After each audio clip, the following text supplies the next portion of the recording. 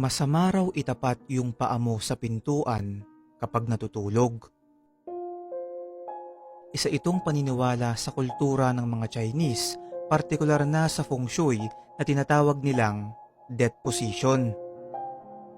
Ito ay yung nakapwesto ang iyong hinihigaang kama sa tapat ng pintuan kung saan nakatutok ang iyong paa o ulo. Pinaniniwalaan nilang masama raw itapat o itutok ang iyong paa pati na ang iyong ulo sa may pintuan kapag ikaw ay natutulog dahil ganito raw ang paraan kapag nilalabas ang isang taong namatay mula sa kanyang kwarto na hindi dapat ginagawa o ginagaya ng isang buhay na tao. Kung titignan din natin ang ganitong posisyon ng pagtulog, ay mapapansin nating para kang nakalagay sa isang kabaong na ang nagsisilbing salamin at bukasan ay yung mismong pintuan. Ayon sa ilang feng shui experts, ay malas daw ang matulog ng nakatapat sa pintuan dahil nag-a-attract ito ng negatibong enerhiya na magdudulot ng hindi maganda sa iyong buhay. Sinasabi rin nila na yung mga tao raw na madalas matulog ng nakatapat sa pintuan ay nagkakaroon ng sleeping disorders katulad na lamang ng insomnia na dahilan upang sila ay mahirapang makatulog.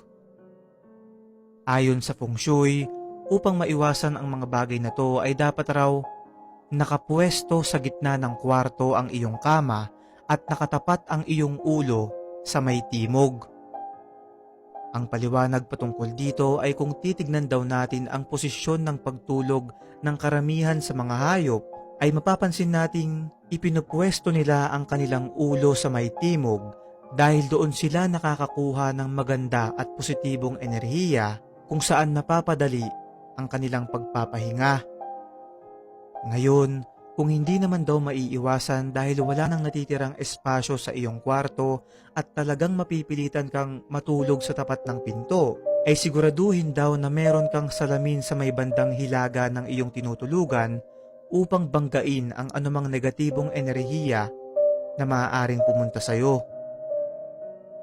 Well mga kaibigan, sigurado akong marami dyan ang magsasabi na matagal na silang natutulog ng nakatapat sa pinto pero wala namang nangyayaring masama sa kanila kaya hindi sila naniniwala sa pamahiin na to.